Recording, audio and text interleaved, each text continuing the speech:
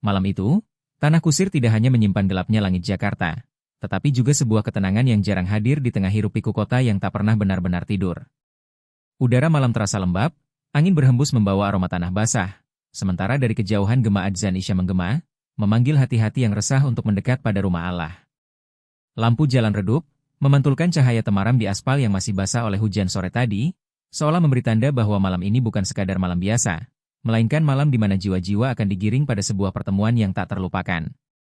Masjid Raya di Tanah Kusir berdiri dengan wibawa, pintunya terbuka lebar, menyambut setiap langkah yang datang dengan harapan akan mendapatkan setetes kesejukan dari samudera ilmu. Jamaah mulai berdatangan satu persatu, dari anak muda yang masih berseragam sekolah, hingga para orang tua yang jalannya tertatih namun wajahnya bersinar penuh rindu akan nasihat. Di antara kerumunan itu, hadir sosok yang jarang terlihat di tempat sebersahaja ini, seorang pria dengan langkah berat namun hatinya penuh kegelisahan, Prabowo.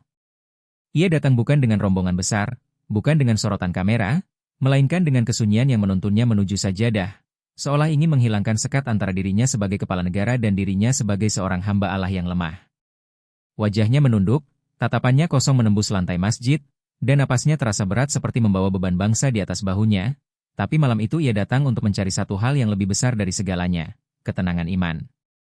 Di dalam masjid, lampu gantung memancarkan cahaya lembut, menimpa dinding-dinding yang penuh kaligrafi indah, menciptakan suasana yang mengundang hati untuk larut dalam kehusyukan.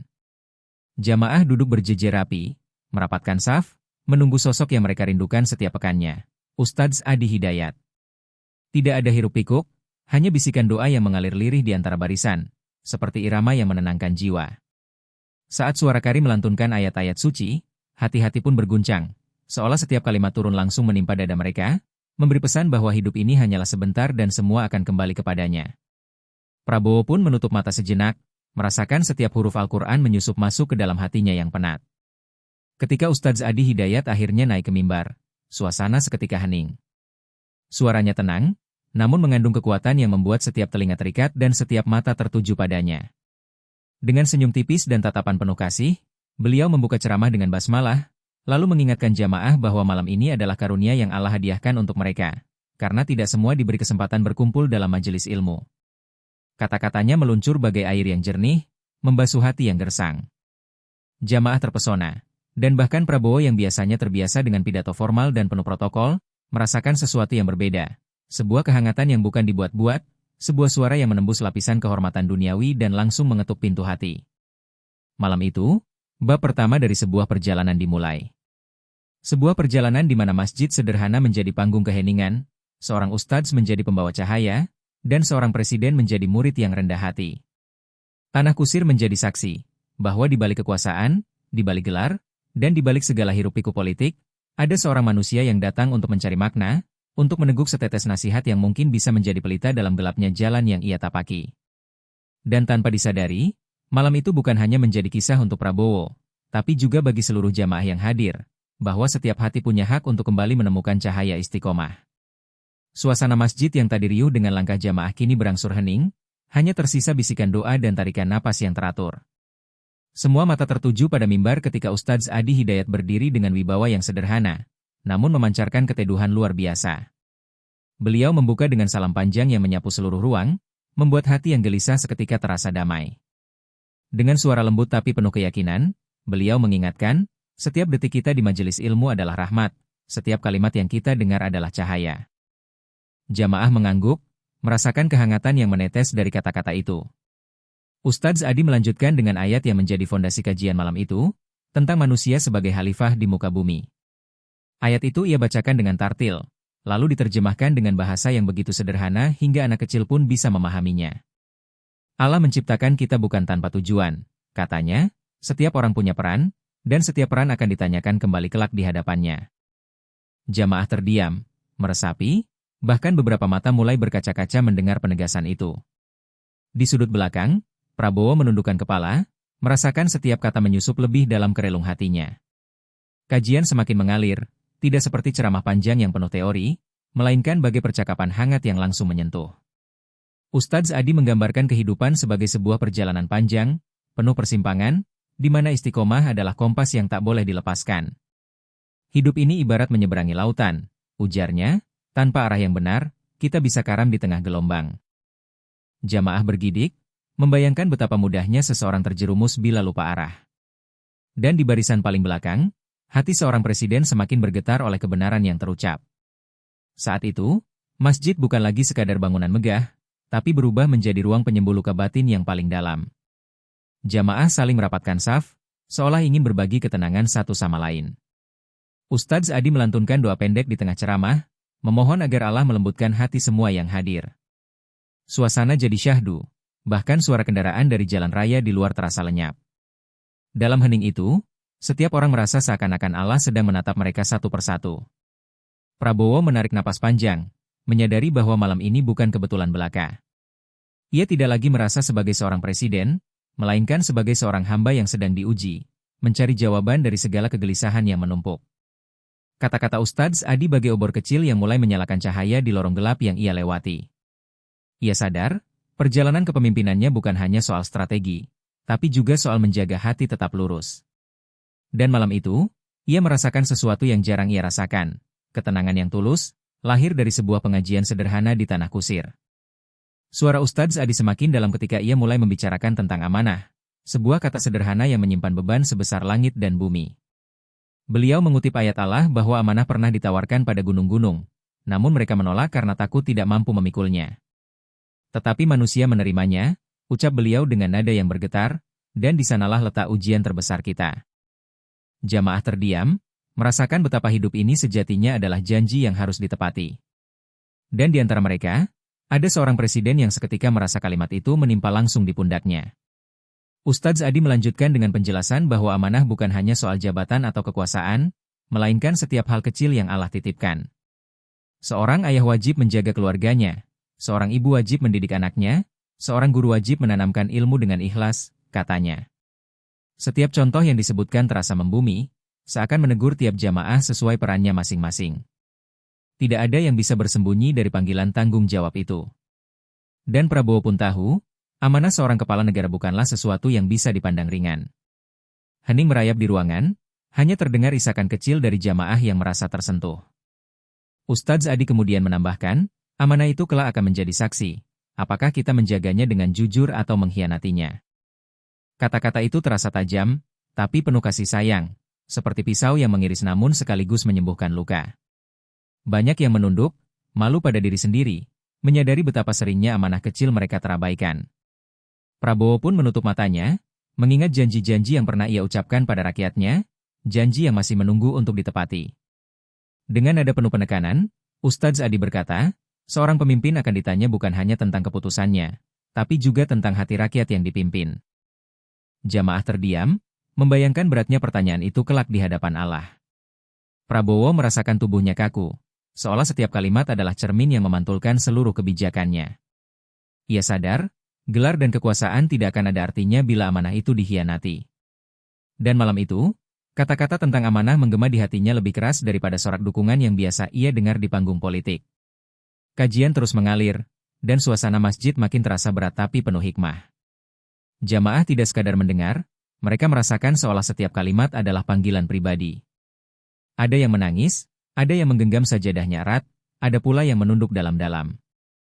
Prabowo pun perlahan merasa beban yang ia pikul bukan lagi beban politik, melainkan beban spiritual yang harus ia pertanggungjawabkan kepada Allah. Dan dari situlah bab tentang amanah menjadi awal dari perubahan cara pandangnya terhadap tugas yang ia jalani. Ustadz Adi Hidayat menarik napas panjang, lalu dengan suara yang lebih tegas ia membicarakan godaan terbesar manusia, kekuasaan. Beliau berkata, banyak orang sanggup sabar dalam kemiskinan, tetapi sedikit yang kuat menahan diri saat diberi kuasa. Kalimat itu seperti petir yang menyambar hati jamaah, membangunkan mereka dari rasa aman yang semu. Masjid yang tadi tenang kini dipenuhi rasa takjub bercampur gentar, seolah setiap orang sadar betapa mudahnya kuasa menggelapkan nurani. Prabowo pun menunduk lebih dalam, merasa kata-kata itu menembus langsung dinding hatinya. Kuasa itu bisa menjadi jalan menuju surga, tapi juga jalan tercepat menuju neraka, lanjut Ustadz Adi dengan tatapan yang menusuk. Beliau menggambarkan betapa banyak pemimpin di masa lalu yang tumbang bukan karena kurang cerdas, melainkan karena gagal menjaga hati saat kekuasaan datang. Jamaah menyimak dengan wajah tegang, membayangkan betapa rapuhnya manusia di hadapan kenikmatan dunia. Kalimat itu bukan sekadar nasihat, melainkan peringatan keras agar setiap orang tetap waspada. Bagi Prabowo, Setiap kata itu terasa seperti ujian yang sedang ditanyakan langsung oleh Allah melalui lisan seorang ustadz. Suasana menjadi semakin syahdu ketika Ustadz Adi menundukkan kepalanya sebentar, lalu berkata, "Jangan biarkan kuasa membuat kita lupa siapa yang memberi kuasa." Jamaah pun terdiam, lalu beberapa terdengar menghela napas panjang, seakan menyadari betapa seringnya mereka sendiri terlena oleh jabatan kecil yang dipegang. Prabowo merasakan dadanya sesak, membayangkan betapa mudahnya ia bisa tergelincir jika tidak hati-hati. Ia sadar, yang dipertaruhkan bukan hanya kebijakan, tapi juga akhir hidupnya di hadapan Sang Pencipta. Malam itu, kata, kuasa, berubah makna, bukan lagi kebanggaan, tapi amanah yang penuh jebakan. Ustadz Adi menambahkan dengan lembut, jika ingin selamat, jangan gantungkan hati pada kursi, gantungkan pada ridha Allah. Karena kursi akan hilang, tetapi ridha Allah abadi. Kalimat itu membuat beberapa jamaah menunduk sambil meneteskan air mata. Ada yang berbisik istighfar, ada yang menggenggam tasbih lebih erat. Prabowo merasakan seolah bumi di bawahnya berguncang, menyadarkan dirinya bahwa segala kehormatan dunia bisa hilang sekejap. Yang tersisa hanyalah pertanggungjawaban yang tidak bisa ditawar. Masjid kembali hening, hanya suara kipas angin tua yang berputar pelan. Jamaah larut dalam renungan, seolah lupa bahwa waktu terus berjalan. Ustadz Adi memandang jamaah satu persatu, lalu menutup bagian itu dengan doa singkat, memohon agar Allah menjaga hati setiap pemimpin dari godaan dunia. Prabowo ikut mengangkat tangan, berdoa dengan lirih, meski hatinya bergemuruh hebat. Malam itu ia mulai memahami bahwa istana bukanlah benteng yang menyelamatkan, melainkan ujian besar yang bisa menenggelamkan. Ustadz Adi Hidayat kemudian mengangkat topik yang menjadi kunci keselamatan seorang hamba, istiqomah. Dengan suara yang mantap beliau membaca firman Allah dalam surah Fussilat ayat 30, sesungguhnya orang-orang yang mengatakan, Tuhan kami ialah Allah, kemudian mereka istiqomah, maka malaikat akan turun kepada mereka dengan mengatakan, janganlah kamu takut dan janganlah kamu bersedih hati. Jamaah mendengarnya dengan mata berbinar, seakan mendapat janji langsung dari langit. Kata, jangan takut, dan jangan sedih, terasa menenangkan, menghapus resah yang sering menghantui kehidupan. Prabowo menatap lantai, merasa ayat itu adalah jawaban atas gundah yang selama ini ia simpan rapat. Ustadz Adi menegaskan bahwa istiqomah bukan hanya bertahan dalam kebaikan, tetapi juga konsisten menolak keburukan meski jalan terasa berat. Beliau menukil hadis Rasulullah yang diriwayatkan Muslim, ketika seorang sahabat bertanya, "Ya Rasulullah, katakan padaku suatu perkataan tentang Islam yang aku tidak akan bertanya lagi setelahnya." Rasul menjawab, "Katakanlah, aku beriman kepada Allah, kemudian istiqomahlah." Jamaah bergidik, merasakan betapa sederhana namun berat makna perintah itu.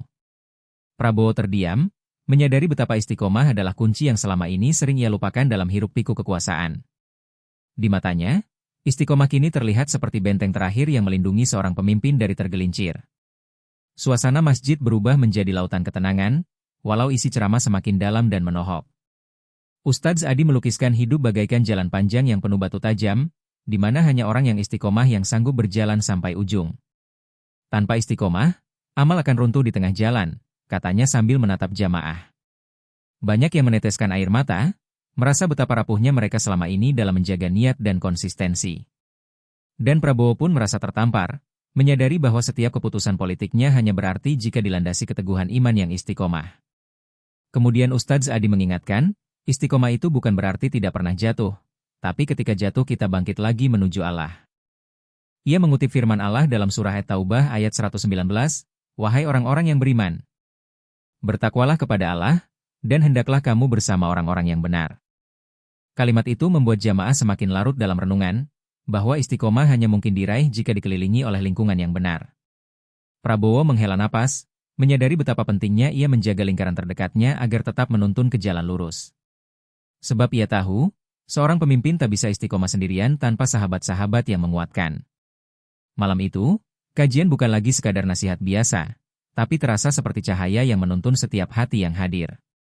Jamaah terbuai oleh keindahan dalil dan kelembutan penyampaian, hingga lupa bahwa waktu sudah larut. Prabowo merasa hatinya bergetar hebat, bukan karena kekuatan kata-kata Ustadz Adi semata, tapi karena ayat-ayat Allah seolah berbicara langsung kepadanya. Dalam diam, ia berdoa agar Allah memberinya kekuatan untuk istiqomah dalam memimpin negeri. Dan di tengah kesyahduan tanah kusir, lahirlah tekad baru dalam dirinya, menjaga langkah agar tetap lurus di jalan Allah, meski badai kehidupan terus menerpa. Setelah membahas istiqomah, Ustadz Adi Hidayat melanjutkan dengan tema yang tak kalah penting, ujian dan kesabaran. Dengan suara yang tenang namun menggetarkan, beliau membacakan firman Allah dalam surah Al-Baqarah ayat 155, dan sungguh akan kami berikan cobaan kepadamu, dengan sedikit ketakutan, kelaparan, kekurangan harta, jiwa, dan buah-buahan. Dan sampaikanlah kabar gembira bagi orang-orang yang sabar. Jamaah pun terdiam, menyadari bahwa hidup mereka tidak akan pernah lepas dari ujian. Kalimat itu terasa seperti cermin yang menyingkap luka-luka batin yang selama ini dipendam. Dan Prabowo pun merasakan ayat itu langsung menyentuh beban kepemimpinannya yang penuh badai. Ustadz Adi menegaskan bahwa sabar bukan berarti pasif, melainkan tetap teguh dalam kebaikan meski dunia menekan dari segala arah. Beliau mengutip sabda Rasulullah dalam hadis riwayat Bukhari, tidak ada seorang pun yang diberi pemberian yang lebih baik dan lebih luas daripada kesabaran. Jamaah bergumam lirih, merasa betapa sering mereka mengeluh padahal sabar adalah anugerah yang belum mereka syukuri. Prabowo terdiam, membayangkan setiap hinaan, kritik, bahkan fitnah yang ia terima sebagai bagian dari ujian yang Allah titipkan. Dan malam itu, ia mulai memahami bahwa kesabaran adalah senjata terbesar seorang pemimpin. Suasana masjid semakin syahdu, ketika Ustadz Adi menggambarkan kesabaran seperti perisai yang melindungi hati dari hancur oleh musibah. Tanpa sabar, seseorang akan mudah menyerah, dan saat menyerah, ia kehilangan arah hidupnya, tegas beliau. Jamaah mengangguk, merasakan betapa sabar bukan hanya teori, tapi kebutuhan yang nyata dalam kehidupan sehari-hari. Banyak wajah yang meneteskan air mata, teringat pada kesulitan rumah tangga, pekerjaan, hingga perjuangan hidup mereka. Dan Prabowo pun merasa bahwa kepemimpinan tanpa sabar hanyalah perjalanan singkat yang akan runtuh oleh gelombang ujian. Kemudian, Ustadz Adi menyampaikan doa Nabi yang begitu indah, "Ya Allah, jadikanlah aku dalam kesabaran, dan jadikanlah aku orang yang bersyukur." Doa itu ia ucapkan dengan suara yang penuh penghayatan, hingga gema lafaznya menyelimuti seluruh ruang masjid. Jamaah menadahkan tangan, mengulang doa itu dengan lirih sambil merasakan kedamaian menyusup ke dada. Prabowo pun mengikuti, dengan mata yang basah, memohon agar Allah memberinya kesabaran yang luas untuk menghadapi setiap cobaan negeri ini. Malam itu, doa tentang sabar menjadi tali penguat bagi hati-hati yang rapuh. Akhirnya, Ustadz Adi menutup bagian ini dengan kalimat penuh makna. Ingatlah, sabar itu pahit di awal, tetapi manis di akhir. Jamaah mendengarnya dengan dada yang lega, seakan mereka baru saja diangkat dari beban berat yang dipikul. Masjid terasa penuh cahaya, bukan cahaya lampu, melainkan cahaya iman yang memancar dari hati yang ikhlas menerima ujian. Prabowo pun sadar bahwa kesabarannya tidak hanya untuk dirinya, melainkan untuk bangsa yang menanti teladan. Dan malam itu, di Tanah Kusir, ia berjanji dalam hati untuk memelihara kesabaran sebagai bekal menjalani jalan panjang kepemimpinan. Setelah membahas kesabaran, Ustadz Adi Hidayat melanjutkan kajian dengan topik yang menjadi inti dari setiap amal, keikhlasan. Dengan suara yang lembut tapi menusuk hati, beliau membacakan firman Allah dalam surah Al-Bayyinah ayat 5, padahal mereka tidak diperintah kecuali supaya menyembah Allah dengan memurnikan ketaatan kepadanya dalam menjalankan agama dengan lurus. Jamaah terdiam, menyadari bahwa tanpa ikhlas, amal sebesar apapun akan menjadi hampa. Ustadz Adi menekankan, ikhlas itu tidak terlihat, tapi Allah menilai dari sana.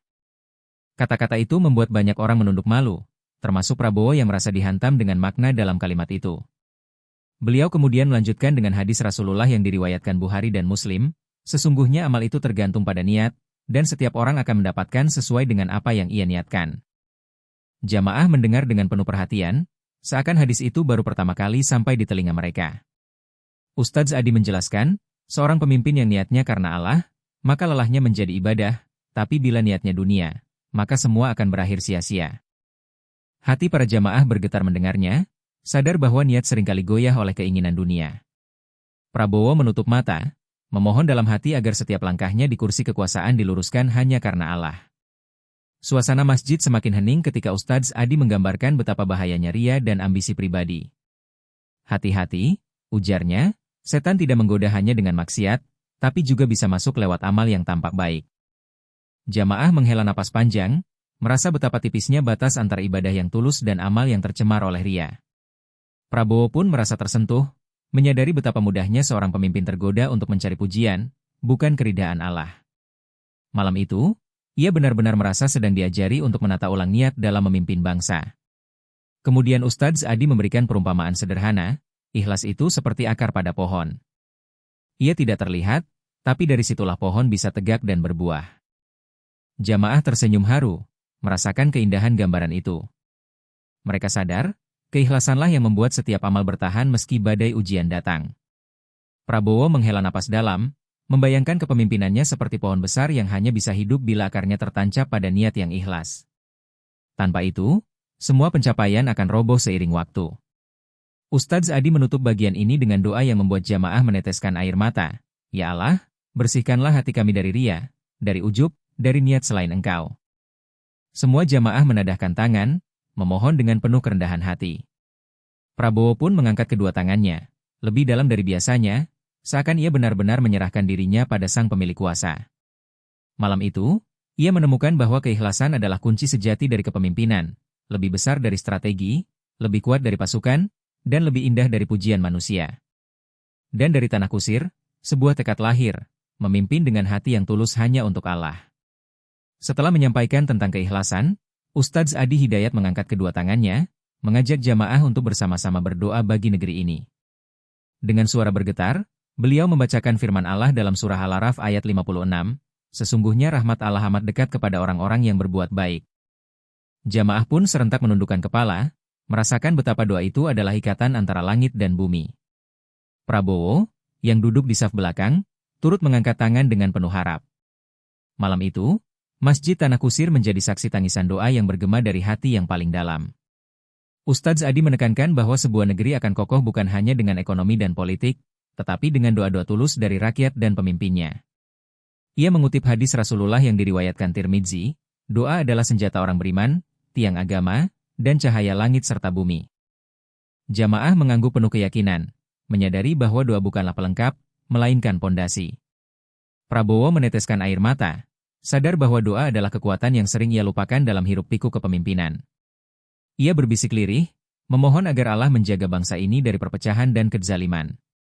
Suasana semakin khusyuk ketika Ustadz Adi berdoa agar Indonesia dijaga dalam keberkahan dan dijauhkan dari bencana. Ya Allah, jadikan negeri ini baldatun thayyibatun warabun ghafur, ucapnya, mengingatkan pada doa yang termaktub dalam Al-Quran Surah Saba, ayat 15. Jamaah serentak mengaminkan dengan suara bergetar, beberapa bahkan tak kuasa menahan tangis.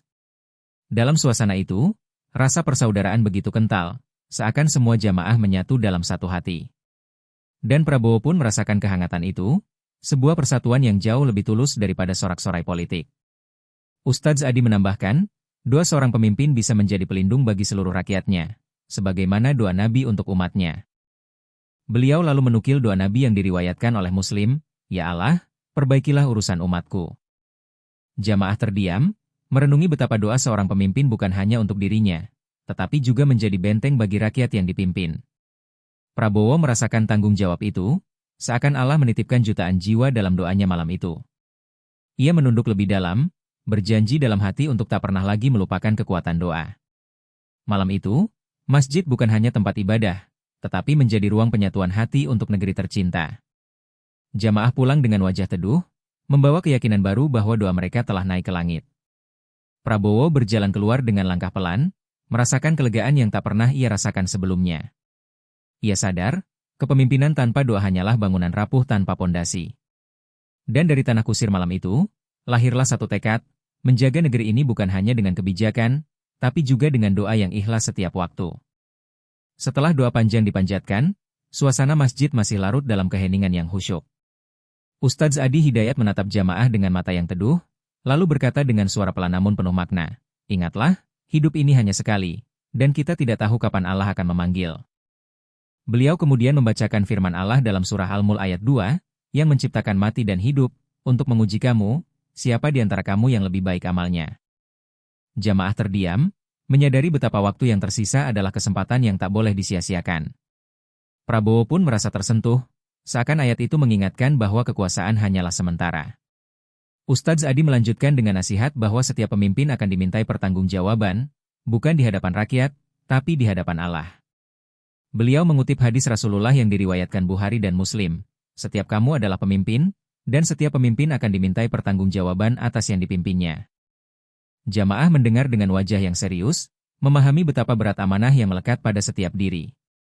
Prabowo pun merasakan kalimat itu menancap dalam hatinya, membuatnya sadar bahwa kepemimpinan bukan sekadar jabatan, tapi juga ujian besar. Ia menunduk, merasa kecil di hadapan Allah yang Maha Mengawasi. Suasana semakin dalam ketika Ustadz Adi berkata, sehebat apapun manusia, ia tetap lemah tanpa pertolongan Allah. Beliau mengingatkan jamaah dengan firman Allah dalam surah Al-Baqarah ayat 286, Allah tidak membebani seseorang melainkan sesuai dengan kesanggupannya. Kalimat itu menjadi penghibur bagi hati yang merasa berat menjalani amanah hidup. Jamaah pun merasa lebih tenang, yakin bahwa Allah selalu memberi kekuatan pada hambanya yang berserah diri. Prabowo menghela napas, merasakan beban kepemimpinannya kini terasa lebih ringan karena ada keyakinan bahwa Allah selalu membersamai. Dengan suara yang bergetar, Ustadz Adi menambahkan, jangan pernah takut kehilangan dunia, takutlah kehilangan ridha Allah. Jamaah pun larut dalam renungan, seakan kata-kata itu menjadi palu terakhir yang mengetuk hati mereka. Beberapa jamaah tak kuasa menahan tangis, menyadari betapa sering mereka terjebak dalam urusan dunia yang fana. Prabowo pun meneteskan air mata, menyesali banyak hal yang dulu ia anggap penting, padahal sesungguhnya tidak bernilai di hadapan Allah. Malam itu, kalimat singkat tentang ridha Allah menjadi pesan yang membekas paling dalam. Akhirnya, Ustadz Adi menutup pesannya dengan doa singkat, Ya Allah, jadikanlah negeri ini negeri yang Engkau cintai, dan jadikanlah pemimpin-pemimpinnya hamba-hamba MU yang Engkau ridhau. Jamaah mengaminkan dengan suara lirih, hati mereka terasa diguyur ketenangan. Prabowo ikut mengangkat tangannya tinggi-tinggi, seakan benar-benar menyerahkan seluruh hidupnya pada Sang Pencipta. Malam itu, di Tanah Kusir, pesan terakhir seorang ustadz menjadi cahaya yang membelah gelapnya kegelisahan seorang pemimpin. Dan sejak saat itu, tekad dalam hati Prabowo semakin bulat untuk berjalan di jalan Allah, apapun rintangannya. Malam kian larut, namun cahaya Masjid Tanah Kusir terasa tidak pernah padam, seolah Allah benar-benar menurunkan ketenangan ke tempat itu. Jamaah mulai beranjak pulang, namun hati mereka masih bergema dengan nasihat yang baru saja mereka dengar. Ustadz Adi Hidayat duduk sebentar, menutup kajian dengan firman Allah dalam surah An-Nur ayat 35, Allah adalah cahaya langit dan bumi. Kalimat itu menjadi penegasan bahwa setiap hati yang mencari kebenaran akan selalu menemukan cahaya Allah. Prabowo pun masih terdiam, menahan getaran yang belum mereda dalam dadanya. Ia menatap jamaah yang berjalan satu persatu meninggalkan masjid, menyadari bahwa sesungguhnya kekuatan sebuah negeri ada pada hati-hati yang bersih. Malam itu ia benar-benar merasakan apa yang selama ini tidak pernah ia temukan di istana, ketulusan doa rakyatnya. Ustadz Adi menutup dengan pesan singkat, jika engkau ingin negeri ini kuat, jagalah hubunganmu dengan Allah, karena dialah sebaik-baik penolong. Jamaah mengangguk dalam-dalam, lalu berucap salam dengan wajah teduh. Prabowo pun menunduk, membisikkan doa agar dirinya mampu istiqomah menjalani jalan yang baru saja ditunjukkan. Suasana syahdu itu mengajarkan bahwa pemimpin bukanlah orang yang paling kuat, melainkan orang yang paling dekat dengan Allah. Rasulullah pernah bersabda dalam hadis riwayat Tirmidzi, pemimpin suatu kaum adalah pelayan mereka.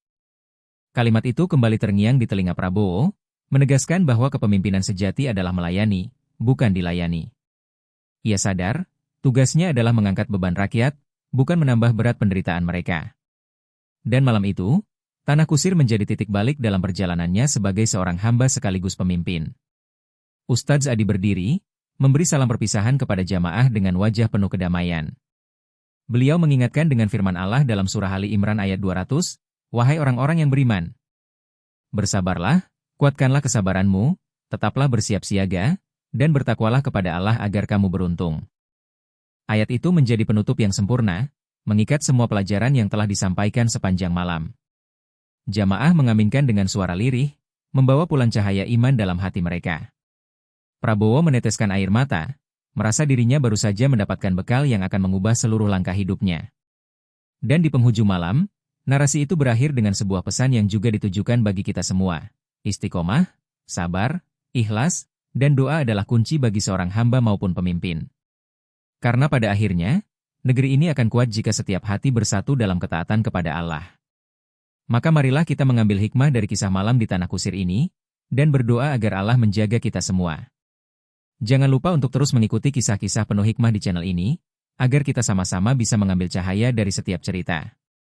Tekan tombol subscribe, nyalakan lonceng notifikasi, dan bagikan video ini jika Anda merasa terinspirasi, karena cahaya kebaikan harus terus menyebar, sampai menerangi seluruh negeri.